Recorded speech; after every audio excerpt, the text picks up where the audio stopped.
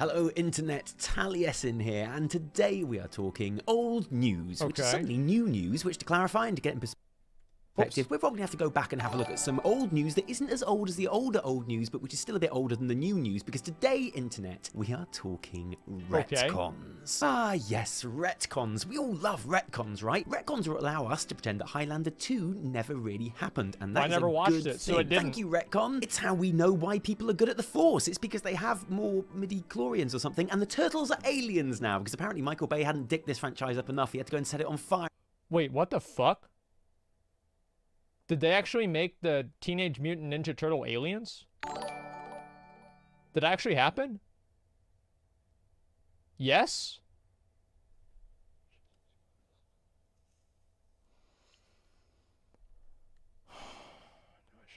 As well. I didn't watch fine. the video. Not all retcons are good, and there's a pretty solid argument that a well-written story, no matter how long-running, should never have to resort to the old JR in the shower moment to make sense of what's going on. Which is why, when one apparently crops up out of nowhere in iconic established World of Warcraft lore, it makes all of us sit up and take notice. So, you know the Wrathgate, yeah? The seminal WoW cinematic, which is still right at the top of any fan's favourite moment list, which portrays Horde and Alliance forces, led by future Smolder Boy Bolvar and Saurfang Jr., storm the gates of Icecrown and call out the Lich King, only to fall victim to an unexpected blight attack from Putius because he and Varimathras have totally rebelled against Sylvanas now, which is why you and Sylvanas and Thrall, or you and Varian and Jaina, storm the Undercity and take it back, and all is well. Now, where were we? Oh yeah, the Lich King. Yeah, you know the Wrathgate. Of course you know it. Everyone knows it. Well, what if I told you that actually, way back in Wrath of the Lich King, Sylvanas not only knew what Putius and Varimathras were up to, but that their actions at the Wrathgate were under her orders. And what if I told you that that's not even me making shit up, but the words of none other than the head story person, Alex Afrasiabi, who apparently literally said as much in a recent Eurogamer article. What if I told you that, eh? So what actually is going on What here? the fuck? Well, I'm glad you asked, because it's what this video is about. And yes, I know there's been a couple of other really good YouTube installments about this already, but we've been making this video all week, and we might even surprise you. So join us as we ask, what did Alex Afrasiabi actually say? What does it mean? Is it a massive retcon, as some are claiming, or does it actually totally fit with events as they've already been told? Basically, did Sylvanas order the Wrathgate? Okay? Go, go, go, go, go, go, go.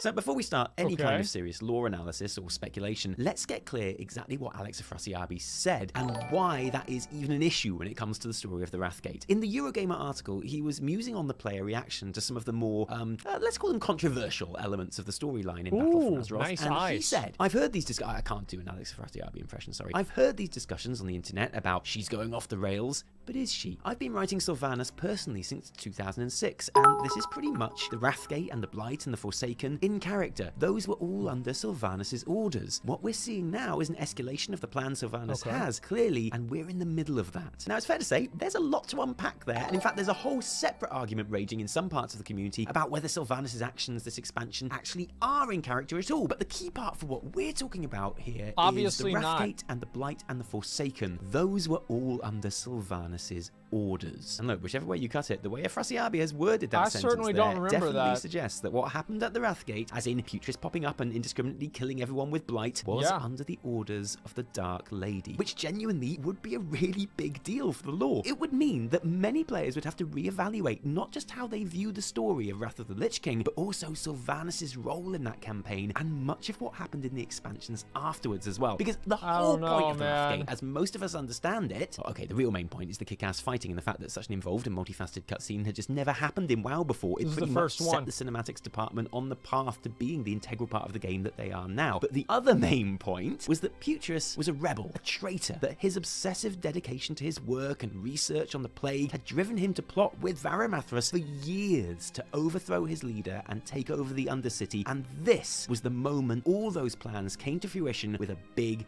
deadly reveal. That Sylvanas was at best careless and at worst a victim of the sinister machinations against her, and went on to lead a covert attack on her own city alongside Thrall in a show of loyalty to the Horde. But if this attack, if this slaughter happened because she ordered... How is this like a 300 IQ play? Like, I don't know how they're going to explain this, but if she tells them to go use the Blight and then she attacks her own city, that seems like shooting yourself in the dick.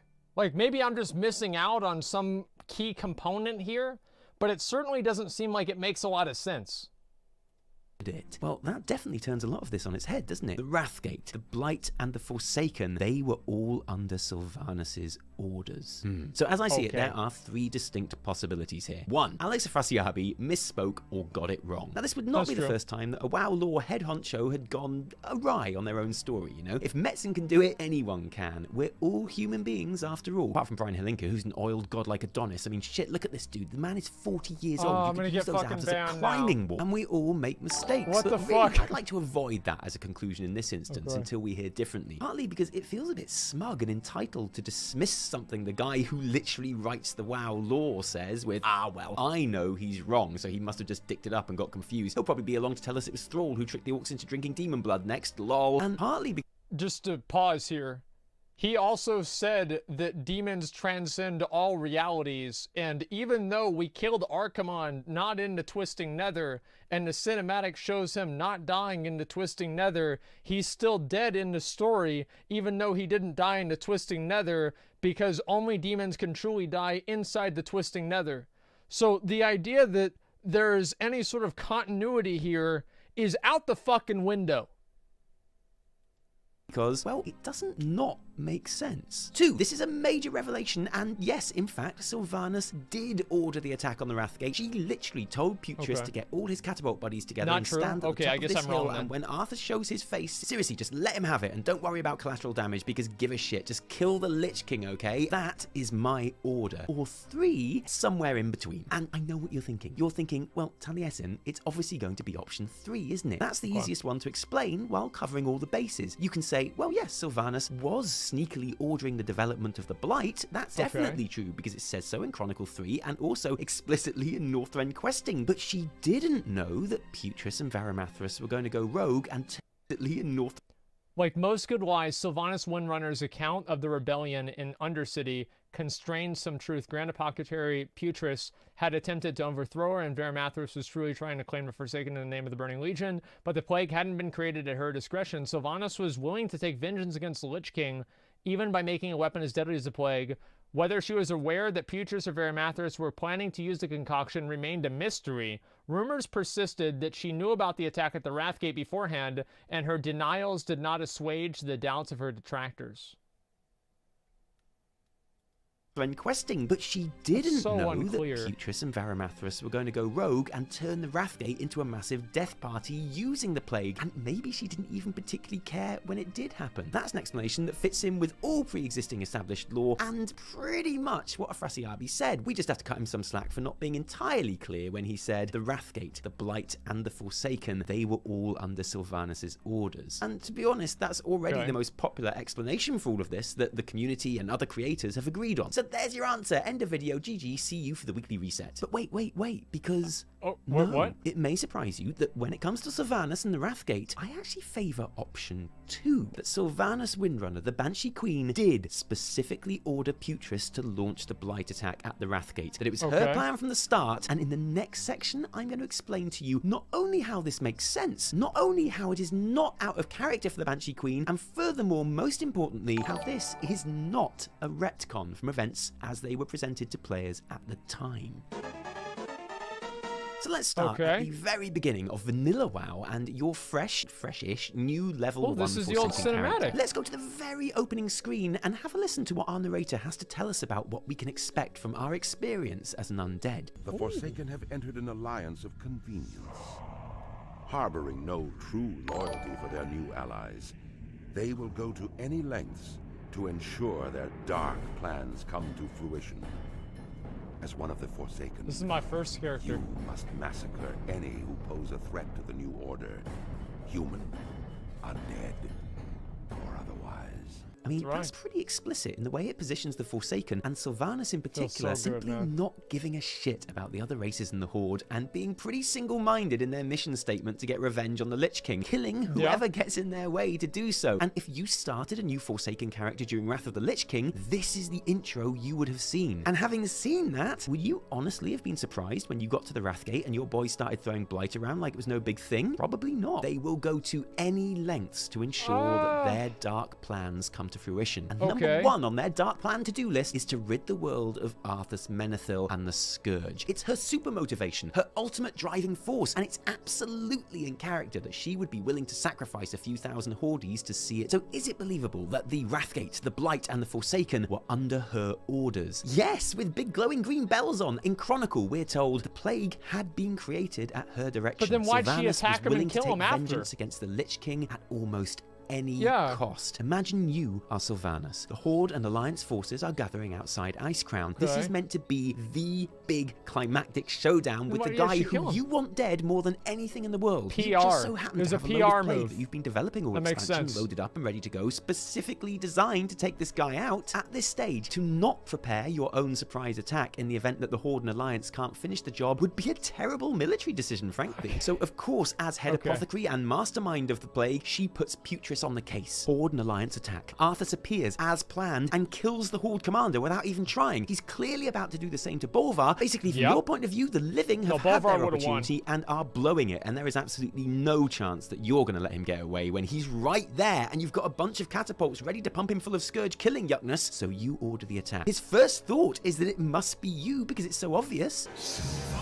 And the truly tragic because he's thing undead. from your point of view is what do you mean? It almost works. If they're Lich undead. King is on his knees, coughing and spluttering, but he's just too powerful and manages to make it back inside. And if it had worked, what then? Wasn't this, as some have said, a self-defeating move by Sylvanas? Everyone would know it was her, and they'd be coming for her. Well, she doesn't care about the consequences. As we see later when Arthas actually does get defeated, with the Lich King dead, she has nothing left to unlive for, and throws herself from the top of Icecrown Citadel to her death.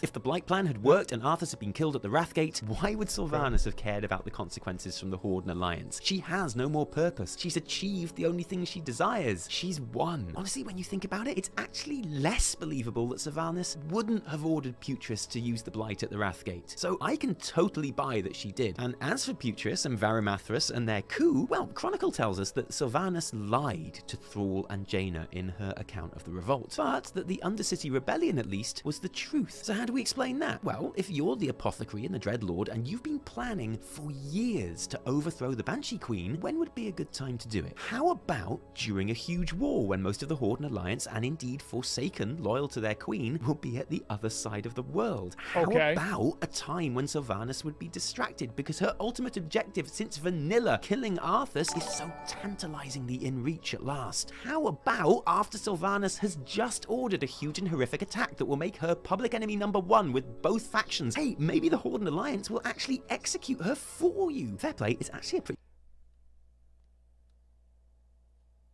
Who here thinks that they put that much thought into the story? Not even a fucking chance. Why did we kill Deathwing? Because he's mad. Why did we kill the Lich King? Because he's mad. If the Lich King's goal was to kill everyone, but then not having a Lich King would cause the Scourge to wash over the world and destroy all of the living, then why isn't the Lich King doing that anyway? This is... Oh my god! This is utter horse shit. What is this, dude? They planned this 10 years ago. I don't think so. I don't think so at all. The same with Garrosh. Like, I don't think they planned that. And they basically all but apologized for fucking up his character in the Maghar scenario whenever they said the version of Garrosh that you got was the worst one. Good plan from our two conspirators, which may even have worked. Had Sylvanas not done such a good job of convincing Thrall and Jaina that Putris had gone against her orders in launching the Blight. As Chronicle says, like most good lies, Windrunner's account contained some truth. So with all that in mind, I believe that if Sylvanas did order the Wrathgate attack, it would have been believable, in character, totally fitting her predetermined motivations and methods, and even predictable. But is it a retcon? before we answer that dreaded question, I'd like to take a look at 2 different instances of WoW lore changing over the years. Example number 1, the Eredar. In the original Warcraft lore, the Titan Sargeras didn't turn bad and flamey all by himself. He was corrupted by the demonic Eredar. However, when the Burning Crusade expansion came rolling around and Blizzard decided that what WoW players needed most was a new playable space goat race, even if they didn't quite know it yet, this was changed so that Sargeras was in fact corrupted by the horrors that he'd seen on his space mission, and had later then corrupted the super smart, ultra civilized Eredar to be on his side, at which point the ones that were up for it became more red and demon-like, and the ones that weren't ran away and became the Draenei. Now, this is flat out, bare bones, a retcon. The story was specifically one thing. The Eredar corrupted Sargeras, and Blizzard changed it to a different thing. Sargeras corrupted the Eredar. No two ways about it, the lore was changed. Example number 2, Antorus in Legion, and the revelation that Sargeras had captured the souls of the Titan Pantheon that he had previously slain, and was attempting to corrupt them into a new Dark Pantheon, a process he'd already successfully carried out on Agramar. Now, this, too, goes against what we knew of existing lore. As far as we were aware, Sargeras had slain the Titans, they were dead. But then in Chronicle, we found out that although their physical beings were destroyed, their souls were thrown out across the universe, where they cried out in the minds of their Watcher constructs on Azeroth and then faded away. And now, here we are in Antorus, and it turns out the souls were always still out there, hiding on a far-flung planet in Ianar's case, and that Sargeras has spent millennia finding them, imprisoning them, and trying to corrupt them. So that's another retcon, right? No lore has been changed here, only expanded on. We have simply learned more about what happened. So in the original lore, Sargeras killed the Pantheon. That remains true, except in Chronicle, we learn that though their bodies were killed, their souls lived on, albeit very weakly. Then in Legion, we learn that those souls retreated across the cosmos. None of this, though, changes the original event of Sargeras killing the Titans. It just gives us more information, told us things that we hadn't expected or thought of, and that is not a retcon. That's simply telling more of the story. And I would argue that's what Sylvanas ordering the Wrathgate would be. In the original lore, the Wrathgate happens, everyone thinks it's Sylvanas, then Sylvanas comes along and says, I was already on my way here. Oh, it's terrible. There's been a rebellion in the Undercity. Putris and Varamathras are in charge now, and basically anything terrible that's happened recently, especially involving the Blight, is all down to them. Even Thrall doesn't really believe her, and it's only Jaina's constant matchmaking trying to make Horde and Alliance fall desperately in love that means there's not a whole other war that breaks out about it. Instead, the Horde and Alliance lead their own assaults and take out Putris and Varamathras respectively. Jaina stops them fighting, and good old definitely not blighty Sylvanas is reinstalled as Forsaken leader, where she instantly starts making more blight and raising undead at the beginning of Cataclysm. Yeah, I know, right? And if what Afrasiabi says is true, if Putris did attack on Sylvanas' orders, it's not what we thought happened, because it's not what Sylvanas told us happened. But it doesn't change anything that is set in stone in the events of the game. All of that still happens, we just know a little bit more about why. So, like Antorus, and unlike the Eredar, this is not a retcon. It's us, the player, becoming privy to more information than we had before. It's us learning what actually happened. And whether Alex Afrasiabi knew Sylvanas had ordered the Wrathgate when he wrote it or not is completely irrelevant. In fact, as I've said before, I actually find it more believable that she did order it, all things considered. Now, we were aiming to get this video out on Tuesday. It's obviously taken a lot longer than that, and it's quite possible that by the time we even publish, Alex Afrasiabi has come out and said, yeah, my bad, everyone, slip of the tongue. Obviously, Sylvanas didn't order the Wrathgate. I just misspoke. And that's fine too. All I'm saying here is that, in my opinion, it makes total sense that the Banshee Queen, who at that stage only cared about killing Arthas over anything else, whose Forsaken players had been told when they started the game that they would need to be prepared to do whatever it took, massacre human, undead, or otherwise to achieve those aims, and who then committed suicide when Arthas finally was killed. In my opinion, there is nothing strange about learning that she was behind the Wrathgate. Actually, her being the brains behind Wrathgate and not giving a shit about any of the Horde or Alliance, and then successfully totally pinning it all on some idiots who just started a revolution against her, makes her considerably more badass, in my opinion. And listen, you want to cry about a retcon at Wrathgate? What about the bit where Chronicle suggests that Saurfang Jr. died to the plague, and not because the Lich King stabbed him and sucked out his soul? Because seriously, Blizz, what the hell is this shit? I saw how Saurfang died, Blizz. Do you seriously expect me to believe that he died to this shitting plague? So what do you think, guys? Given what Alex Afrasiabi, man, I'm sorry, but I just really like saying that name out loud, I don't even care, said, what do you think Sylvanas' role in the Wrathgate actually was? was. Do you buy that she was completely behind it, or do you think it was just referring to her ordering the production of the Blight? Or do you think Afrasiabi was just on a total tripping mission 2K18 and went completely off the rails here? Let us know in the comments below. And thank you for joining us today. If you enjoyed this video, don't thank us, thank our patrons who give their actual real-life money to make them happen. Without you guys, there would be a lot less Taliesin Nevertell videos, so thank you. If you didn't like it, downvote the shit out of it. Remember, my name is Alex Afrasiabi. No, my name is Taliesin. From me and Nevertell. Until next time. He's misdirecting Cheerio. them. Oh no. Okay, so...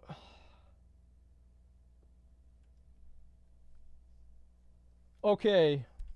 All